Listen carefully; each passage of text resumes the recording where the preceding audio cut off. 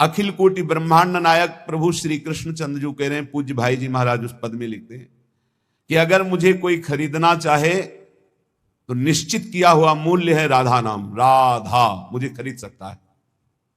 ठीक है। उनके चरणों में लक्ष्मी जी सदैव चापती रहती है हरि के चरणों को, और वो राधा कहकर 100 रुपया पूरे दिन में या 200 रुपया इकट्ठा किया और कहीं खोली लिए हुए वृंदावन में छोटी कुटिया लिए हुए आटा दाल ला के खाता है, वृंदावन वास करता है। आप उसे भिखारी समझते हो? आप उसे नीच समझते हो? आप उसको इस वृत्ति को नीच समझते हो? और जो करोड़ों का गफला करके एसी में सोते हैं और व्यभिचार करते हैं, मांस मदिरा पाते हैं, उनको बड़े आदमी समझते हो? अरे इनके चरणों की रज के समान कोई बड़ा आदमी नहीं है। इनसे बड़ा कौन होगा जो रात दिन बिहारी जी के दरवाजे पे बैठे हुए हैं, 100 200 500 मिले उसी में खोली का किराया देते हैं, उसी से वो दाल रोटी ला के खाते हैं, मजीरा बजा कर राधा राधा कीर्तन करते हैं और वहीं लुढ़क के सो जाते हैं। दिन में रात्रि में उस कुटिया में पहुंचते हैं। आप क्या समझते हो? एक दिन एक संत भगवान को देखा, वो पद गाते रहते, पधार गए, 25 वर्ष पहले की बात होगी। रसखान जी के पद, बड़े बड़े रसिकों के पद गाते रहते थे, 100 200 500 उनको। इसके बाद राम जी आई में एक दिन भिक्षावृत्ति के लिए वहां, तो देखा वो बांट रहे थे एक एक वस्त्र, कुछ रुपए और भोजन सामग्री। उनको देखा कि अरे ये तो 10-10 रुपए वहां एकत्रित करते थे। नजदीक गए और कहा, बाबा ये आपकी तरफ से आपका कोई भगत? बोले नहीं, जो बिहारी जो दे देते हैं उससे हमारा काम चल जाता है, जो बच जाता है वो ऐसे संत से। क्या आप समझते हो? आप इन भिक्षुकों को क्या समझते हो, जिनके दर्शन करने के लिए पूरा जीवन हो जाता है, लोग एक बार भी नहीं आ पाते, रोज उनके दरवाजे में बैठ के उनकी जय बोलते हैं। आप इन भिक्षुकों को आप क्या समझते हो? वृंदावन के भिखारी किनके भिखारी हैं? बाके बिहारी के दरवाजे के, राधा वल्लभ लाल के दरवाजे के। आप विषयों के, भोगों के, पापाचरण के भिक्षुक हो। आप देख लो, हमारी बात कड़वी लगेगी, आप उनको भिखारी समझ रहे हो जो 100 रुपए में संतोष करके धाम वास कर रहे हैं। तुम अपने को देखो, करोड़ों ने भगवान ने दिया, फिर भी तेरे अंदर संतोष नहीं, फिर भी तू भगवान की दिन भर जय नहीं बोलता, फिर भी दिन भर भगवान का नाम कीर्तन नहीं करता। वो उनके धाम में रहते, उनके नाम में रहते, बाहरी दोष दर्शन करके अपने हृदय को मलिन करके धाम से चले जाते हैं। बहिर्मुख लोग यहां कुछ ले नहीं पाते। इसलिए यहां के भिक्षुकों की शरण हो जाओ तो बिहारी बिहारी जो प्रसन्न हो जाएंगे। आप क्या समझते हो? ये जो बिहारी जो राधा वल्लभ जी इनके दरवाजों में, जो गलियों में यहां बैठे हैं, तुम साधारण नहीं समझना, साधारण मत समझ लेना। ये धामवासी हैं, महान योगियों को भी पवित्र करने की सामर्थ्य रखने वाले ये हैं। बाहरी तुम्हारे नेत्र हैं इसलिए तुम्हें दिखाई नहीं देता। श्रीपाद जैसे महापुरुष कह रहे, वर्मी वृंदारण्य सुवरा की मदन मोहन द्वारी। एक माई को देखते हैं, विदेशी माई है, 2500 कुत्तों को यहाँ के दूध, डबल रोटी, बिस्कुट, रोज उसके चरणों में प्रणाम करते हैं जब दृष्टि पड़ती है। धन्य है माई, तेरा जन्म तो कहीं विदेश में हुआ, पर बिहारी जी की असीम कृपा है कि इन परम हंसों का तो सेवन कर रही। ये कौन है जानते हो? श्रीपाद जैसे महापुरुष कह रहे हैं, मुझे कुतिया कुत्ता बना दिया जाए, मदन मोहन के द्वारे पे पड़ा रहूंगा। उद्धव जैसे महापुरुष कह रहे हैं, यहाँ की गुलमलता औषधि बना दी जाए। हरिराम व्यास जी जैसे महापुरुष कहते हैं, यहाँ का स्वान बना दिया जाए। ये धाम है, यहां दोष दृष्टि मत करना किसी पर। अरे ये तो है, बिल्कुल मत करना। ये लाडली लाल के लाडले हैं, इनकी बाहरी बात अलग है, आंतरिक बात को आप नहीं जानते। बिहारी जी में पौशाले में एक माई पानी पिलाती है, ये पहले की, अब तो ऐसी दिनचर्या श्री जी ने दे दी है कि कहीं भी नहीं जाना हो पाता। एक दिन फूल बंगला बना, वो 22 संतों को 1-1 2-2 रुपया और 1-1 सेव ऐसे बांट रही थी। बहुत ही उत्साह में भरी थी, जैसे उसके बेटे का ब्याह हो रहा हो। पूछा, माई ये आज तू पौशाला से हटकर, पानी पिलाने से हटकर ये क्यों बांट रही है? क्या कोई उत्सव है? हाँ, आज हमारे बिहारी जी को फूल बंगला बना है। जो पानी बेचने से पैसे मिलते थे पिलाने से, उनमें से आज फूल बंगला। ओ फूली गो, आप क्या समझते हो? पानी पिला रही, 1-1 रुपया एकत्रित कर रही, बाद में फूल बंगला बना रही। आप इनको ऐसे मत देखिए कि भिक्षुक हैं, अरे ये तो मांगने वाले हैं। नहीं नहीं नहीं, ये बिहारी जी के कृपा पात्र हैं। जहां बड़े बड़े आचार्य कोटि के महापुरुष मांग कर रहे, हे हरि हम कब हुई हैं ब्रजवासी, वो उनके दरवाजे पर पड़े रहते हैं। अहो भाग्य, अहो भाग्य जिनको ऐसा सौभाग्य मिला कि गलियों में बैठकर राधा राधा करके पूरा दिन व्यतीत करते। जो मिला उससे उदर पोषण और भरोसा केवल बिहारी बिहारिंजू का, और धाम वास कर रहे हैं। यहाँ के पशु पक्षी सब महामंगल मोद में, ये सब भगवत प्राप्त होंगे। ये सब भगवत प्राप्त। आप नहीं समझते धाम की महिमा को। जब महापुरुषों की कृपा से, चरण रज के प्रताप से महिमा प्रकाशित होती है, तब ये लगता है अहो भाग्य इनके। उसी ठसक में आपको कहते हैं पास बन चुका है, सबको श्री जी के पास जाना है, उसी ठसक में बोलते हैं। हम कोई तुम्हें विनोद में या मजाक में ढांढस नहीं बंधवा रहे, हम सत्य वस्तु का वर्णन कर रहे हैं। श्रीपाद कह रहे अपि शरमा पि रमा प्रिय सख्य पि नान्यत्र नो रमा पि श्यामो।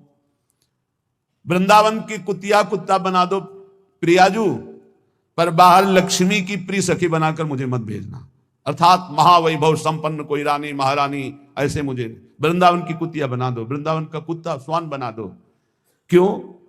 क्योंकि कभी गलबहियां दिए हुए प्रिया प्रीतम निकलेंगे, हम पर दृष्टि पड़ जाएगी। ये हमारे दरवाजे का है, बस ये बात देख लेंगे तो हमें वो वस्तु मिलेगी जो बड़ी बड़ी साधना से नहीं मिलती। और देख लिया है, अगर देखा ना होता तो यहां रह ही नहीं पाते, यहां आ ही नहीं पाते, यहां जन्म ही नहीं हो पाता। उत्तीर्य विष्णु मायामपि। अरे वृंदावन में बैठे हो आप, ओहो। कभी कभी एकांत में जैसे से चिंता, वृंदावन धाम में आह्लाद ही आह्लाद से हृदय भर जाता। कितनी अपार कृपा। कहां नारकी क्षेत्रों में प्रकट होने वाले जीव, और कहां परम धाम वृंदावन में जीवन व्यतीत हो रहा है। ओहो कैसी अपार कृपा। नारकी इसलिए बोला जहां ना राम कृष्ण हरि की कोई शुद्ध ही नहीं, केवल रुपया, केवल भोग सामग्री, केवल लड़का बच्चा परिवार, हमें भगवत प्राप्ति करनी, भजन करना है, मानव जीवन का क्या लक्ष्य, कोई शुद्ध ही नहीं है। तो जिन हरि भगत हृदय नहीं आनी, जीवित सब समानते, मुर्दे के समान जीवन व्यतीत हो रहा है, नारकी गतियों की प्राप्ति होती है। उत्तीर्ण विष्णु मायामपि। धाम में जो वास करते हैं विष्णु माया से उत्तीर्ण हो जाते हैं। आनी है, ये आनी है, धाम की मर्यादा है, ये महिमा है।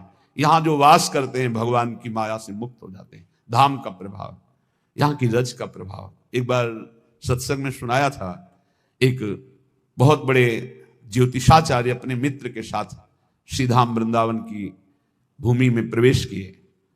उनके मित्र कहते थे कोई चमत्कार दिखाओ अपनी ज्योतिष का, आप तो बड़े भारी ज्योतिषाचार्य हैं। अचानक एक आदमी के ऊपर दृष्टि पड़ी, वो थैला लिए यात्रा में आया था, धाम यात्रा। समय से गणित लगाया, कोई परिचय नहीं, बस समय से, और कहा इसकी कल मृत्यु होगी और इसके कर्मानुसार इसको अधोगति प्राप्त होगी, प्रेत योनि को जाएगा। कल 12 बजे इसकी मृत्यु होगी, इसको सांड मारेगा, बैल मारेगा और मर जाएगा। तो उनका कल तक इस आदमी का पीछा करूंगा, जहां ये रोकेगा आसपास रुकूंगा, जहां चलेगा चलूंगा, देखूंगा तुम्हारी ज्योतिष सत्य है कि नहीं। तो उनका परम सत्य है, तुम देख लेना कल 12 बजे मारा जाएगा। ठीक उनका अनुसरण किया। वो बाहर से आए हुए यात्री थे। ठीक 12 बजे एक सांड जिसके बगल से वो निकले, वो एक मिट्टी के पिंड में वो खूब ऐसे खेल करके आया था, तो सींगों पे उसके रज लगी थी। काल स्वरूप एकदम हुआ, दौड़ा, ऐसे मारा, पूरा पेट में ऐसे सींग घुस गई, उठा लिया, पटक दिया, चल दिया। अब वो आश्चर्यचकित ज्योतिषाचार्य, भजनानंदी, गायत्री अनुष्ठान करने वाला, पवित्र दृष्टि वाला, धाम की कृपा से उसने देखा कि वो दिव्य तेजोमय होकर के वो भगवत स्वरूप में विलीन हुआ। वो बड़ा आश्चर्यचकित। दोनों जो उनका मित्र था उसने कहा तो बड़ी खुशी की बात, आपने जो जो बात कही वो बात हो गई। बोले तुम प्रकट बात देख रहे हो, मैं उसे नहीं देख रहा, मैं ये देख रहा हूं कि इसकी दुर्गति होनी थी और ये तेजोमय होकर के कैसे विलीन हुआ। अब इस बात के लिए वृंदावन के किसी रसमर्मज्ञ की जरूरत है। तो किसी रसिक से मिले, उन्होंने कहा कि मैं बहुत बड़ा ज्योतिषाचार्य हूं, आज तक मेरी ज्योतिष मिथ्या नहीं हुई, पर आज मिथ्या होते दिखाई, इसकी दुर्गति होनी थी, ये तेजोमय होकर कैसे विलीन हुआ।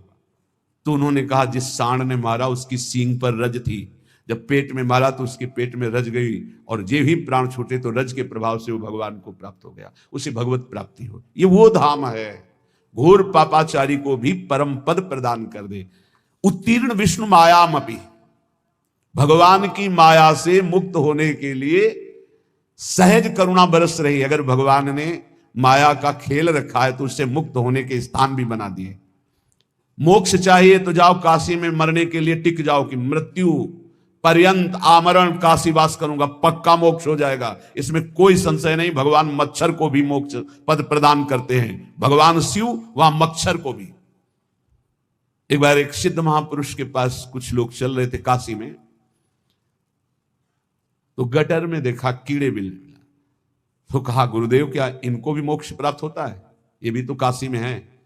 मान लो अपने लोग वेदांत पढ़ रहे हैं, साधना कर रहे हैं, मोक्ष प्राप्त हो जाए वो तो, लेकिन क्या इनको भी प्राप्त होता है? कहते काशी में सबको प्राप्त होता है। तो उन्होंने स्पर्श किया और कहा आप देख। तो देखा जितना कीड़ा मर रहा था सबको भगवान शिव उपदेश कर रहे हैं, सबको नाम का उपदेश करके मोक्ष पद पर सब दिव्य रूप से अपने स्वरूप में स्थित होते जा रहे हैं। ऐसे इस धाम की महिमा दिखाई गई। जो जीव शरीर छोड़ता है तो ये दिव्य सखियां के राधा नाम सुनाती हैं और वो प्रियालाल को प्राप्त हो जाता है। ये धाम की महिमा। उत्तीर्ण विष्णु मायाम अपि, जो धाम का आश्रय ले लेता है वो माया मुक्त। धाम का वास करना अखंड और धाम का आश्रय ले लेना दोनों समान है। जो वास नहीं कर सकते वो आश्रय ले ले। प्रियाजू के चरणों की शरणागति, धाम का आश्रय, राधा नाम का जप, अच्छे आचरण, बाहर रहकर भी आपको धाम की ही प्राप्ति होगी। जो धामवासी की गति होती है, आश्रय आपने धाम का लिया। वनितायाम अविश्वसन प्राज्ञः। अब एक सावधानी कहते हैं, ये काम वेदना हमें भगवान की मार्ग से भ्रष्ट कर देती है, गिरा देती है। तो जो परस्पर शरीर भोगाकर्षण है उसे हम केवल वनिता शब्द से ही नहीं जोड़ते हैं, उसे हम अर्थभाव में लेते हैं। परस्पर जो काम भोग की आकर्षण वृत्ति है, इस आकर्षण वृत्ति पर संयम किया जाए, चाहे जहां हो चाहे जो भी हो। अगर इस पर संयम नहीं करोगे तो ये तुम्हारा सर्वनाश कर देगा और कभी तृप्ति होने वाली है नहीं। तद भय चकितः सततम निवसति वृंदावनेति निर्विण्णः। भयभीत हो जाओ, एक काम वृत्ति सुख प्रदान करने वाली नहीं, तुम्हारा नाश करने वाली है। जो शरीरधारी व्यर्थ में वीर शक्ति का नाश करते हैं वो खोखले हो जाते हैं। दिमाग काम नहीं करता, शरीर काम नहीं करता, सोच मंद पड़ जाती है, जठराग्नि मंद पड़ जाती है, उत्साह मंद पड़ जाता है, बहुत तरह की हानि है।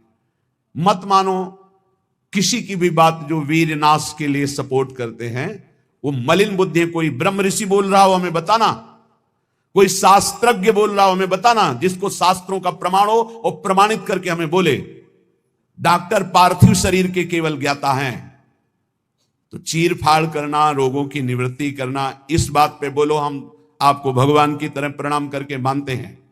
लेकिन आप शास्त्र आज्ञा का उल्लंघन करके मनमानी बोलोगे तो तुम्हारी बात मानने वाली नहीं। शरीर संबंधी रोग निवृत्ति के लिए ऑपरेशन करना, हड्डियों को जोड़ना, रोगों की जानकारी करके उसे निरोग करना, हम प्रणाम करते हैं आपको। आप भगवान के स्वरूप हो, आप भगवान के अंश हो, आप जीवों की दुख निवृत्ति के उपाय बताते हो, धन्यवाद। लेकिन आप गर्भपात के लिए सपोर्ट करते हैं, आप भ्रूण हत्या, गर्भ हत्या कराते हैं कि ये बच्चा ठीक नहीं है, आप ब्रह्मचर्य नाश का सपोर्ट करते हैं। ये आपके लिए बहुत गलत है, क्योंकि आप जगत मंगल के लिए डॉक्टरी सीखे हैं, जगत अमंगल के लिए नहीं। ये अमंगल करने वाली चेष्टाओं को आप थोड़ा संयम में रखें अपनी बुद्धि को। आप तस्मात् शास्त्रम, शास्त्रों का स्वाध्याय कीजिए। वेदो नित्य मधीयताम संगा सत्सु विधीयताम, वेदों का नित्य स्वाध्याय करो, महापुरुषों का संग करो, फिर देखो तुम्हारी वाणी पवित्र हो जाएगी। फिर तुम वही बोलोगे जिससे जगत मंगल होगा। ये जो ब्रह्मचर्य नाश करते हैं व्यर्थ में, बहुत पछताना पड़ेगा, जीवन मृत्यु तुल्य हो जाता है। इतनी आसक्ति प्रबल हो जाती है कि बड़े बड़े ज्ञानियों को भी माथे पे हाथ रख के सोचना पड़ता है, मैंने आसक्ति क्यों की। ये माया का ऐसा प्रचंड स्वरूप है। ज्ञानी नाम अपि चेतांसी देवी भगवती सा बलादा कृष्ण मोहाय महामाया प्रचति। हंसते हंसते खेल खेल में ऐसी आसक्ति हो जाती है कि प्राण त्यागना सहज लगता है, लेकिन काम भोग का त्यागना कठिन हो जाता है।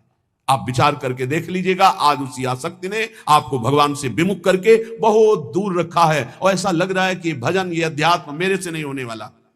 आप भगवान के अंश होकर भी भगवान की प्राप्ति के लिए उत्साह खो दिए, नहीं हो पाएगा मेरे से।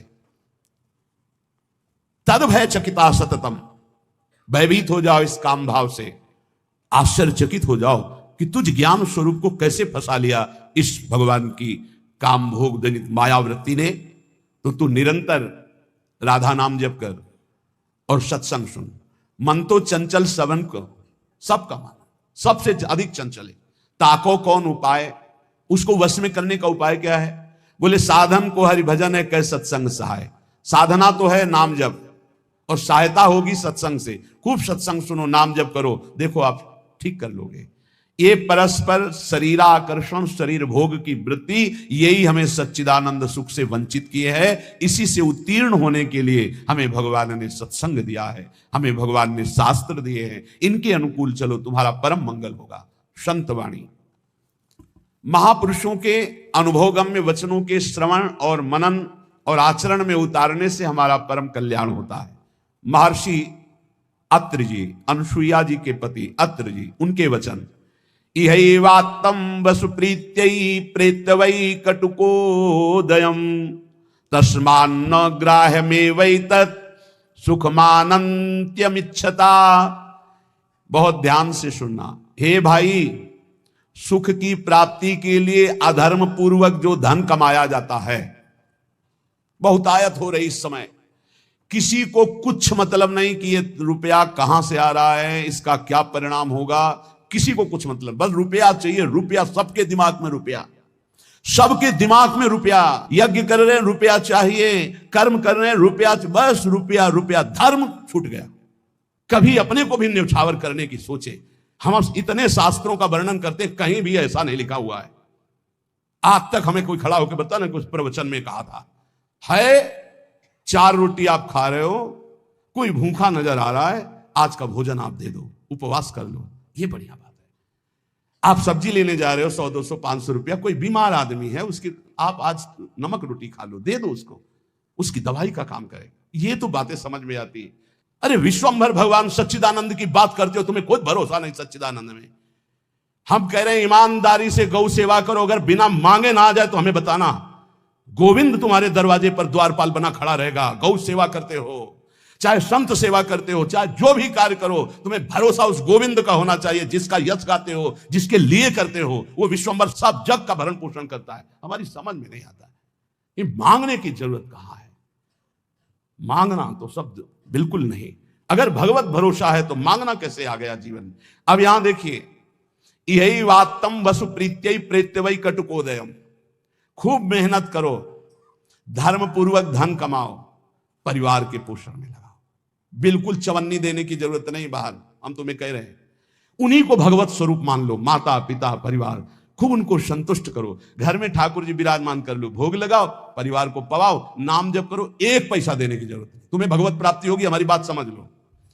अब तुम्हारे पास 100 रुपया इस तरह है कि हमारे सब प्रयोग से, हर कार्य से, अब उनको सोचो, ऐसी जगह हम 100 रुपया देंगे जहां कोई हमको नमस्कार ना करे, कभी लौट कर हमसे राधे श्याम ना बोले। ऐसी जगह चुपचाप ऐसे दे दो, कोई जाने ना। ये हुआ दान धर्म। सो धन धन्य प्रथम गति जाकी।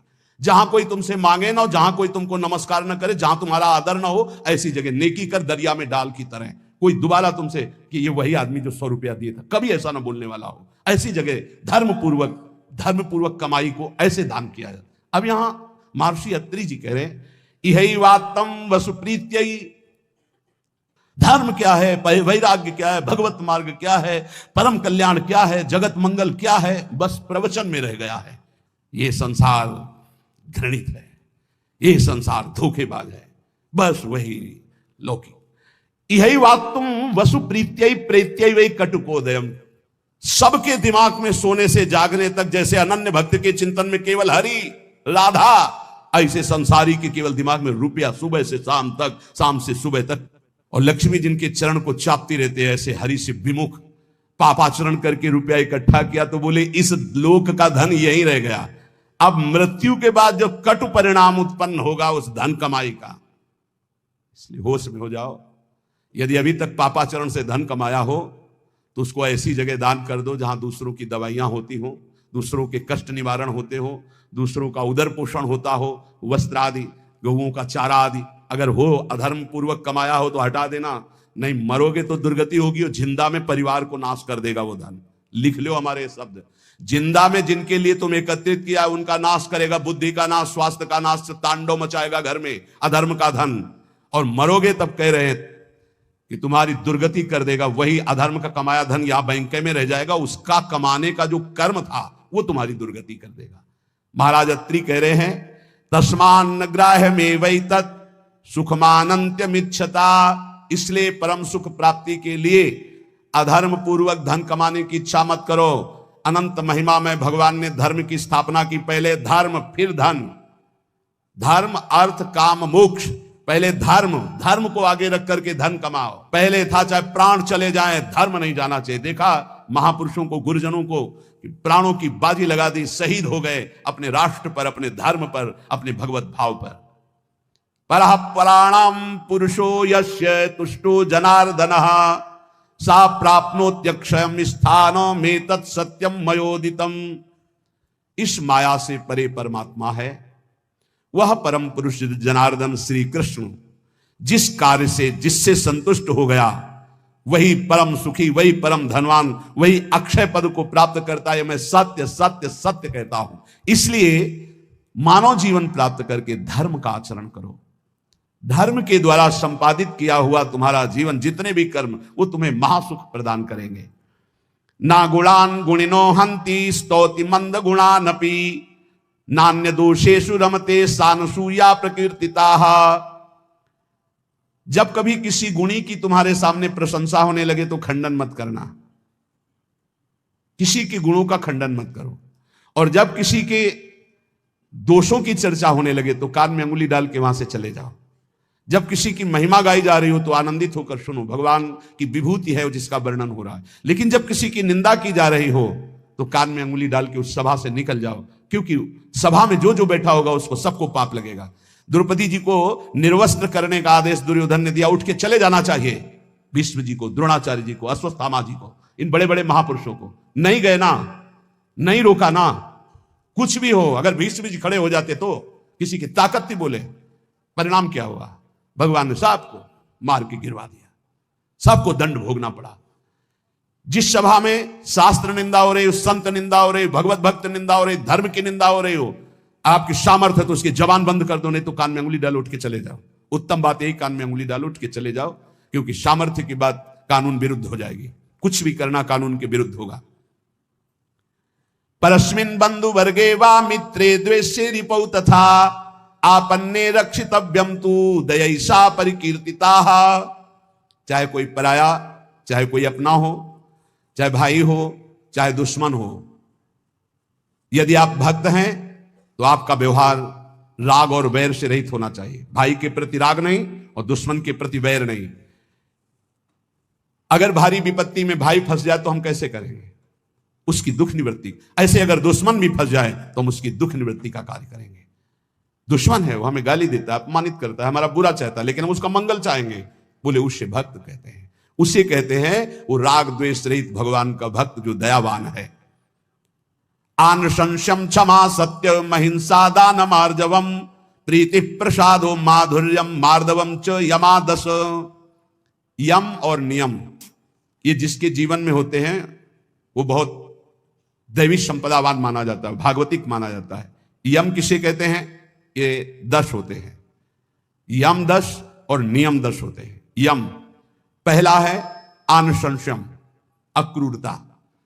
किसी के प्रति भी क्रूर वचन, क्रूर व्यवहार बिल्कुल नहीं होना चाहिए। क्रूरता तब आती है जब हमारे विपरीत कोई व्यवहार करता है, तब उसके बोलने की क्रूरता हो जाती है, चेष्टा में क्रूरता हो जाती है, हृदय में क्रूरता हो जाती है। अचानक आक्रमण होता है। अगर संबोधन करके आवे कि तुम्हारी परीक्षा हो रही तो शायद साधक सावधान हो जाए। अचानक आक्रमण माया का होता है, वो संभल ही नहीं पाता कि मेरी परीक्षा हो रही, और वो क्रूर बोल देता है, क्रूर कर्म कर देता है, क्रूर चिंतन कर देता है। इसका मतलब यम कमजोर है, यम नियम में वो कमजोर है। पहला यम है अक्रूरता, न वाणी में क्रूरता हो, न शरीर में चेष्टाओं में क्रूरता हो, न मन में क्रूरता हो, अक्रूरता। दूसरा है क्षमा। सबसे बड़ा बल है क्षमा। कोई कितना भी कैसा भी व्यवहार करे, क्षमा बल से उसे जीत लेना चाहिए। तीसरा है सत्य। सत्य के समान कोई दान नहीं, कोई पवित्रता नहीं, कोई बड़ा अनुष्ठान नहीं। वाणी से सत्य बोलने का नियम बना ले। कलिकाल है, इतना झूठ का बोल बाला है, पूछो मत। झूठ है जो औरों से तो और जाने, तो गुरु जी से झूठ। कई बार कहा है कि एक घर तो छोड़ दो गुरुदेव का, कम से कम उनके सामने तो सत्य बोलो।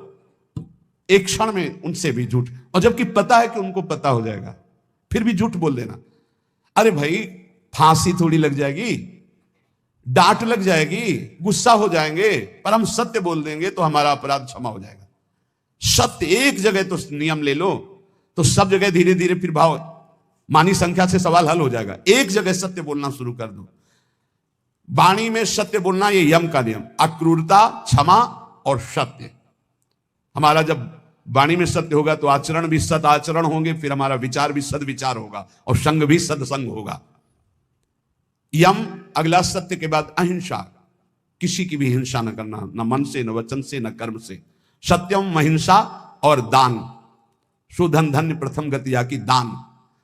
बस दान का तात्पर्य इतना ही समझ लो, अहंकार रहित त्वदीयम वस्तु गोविंदम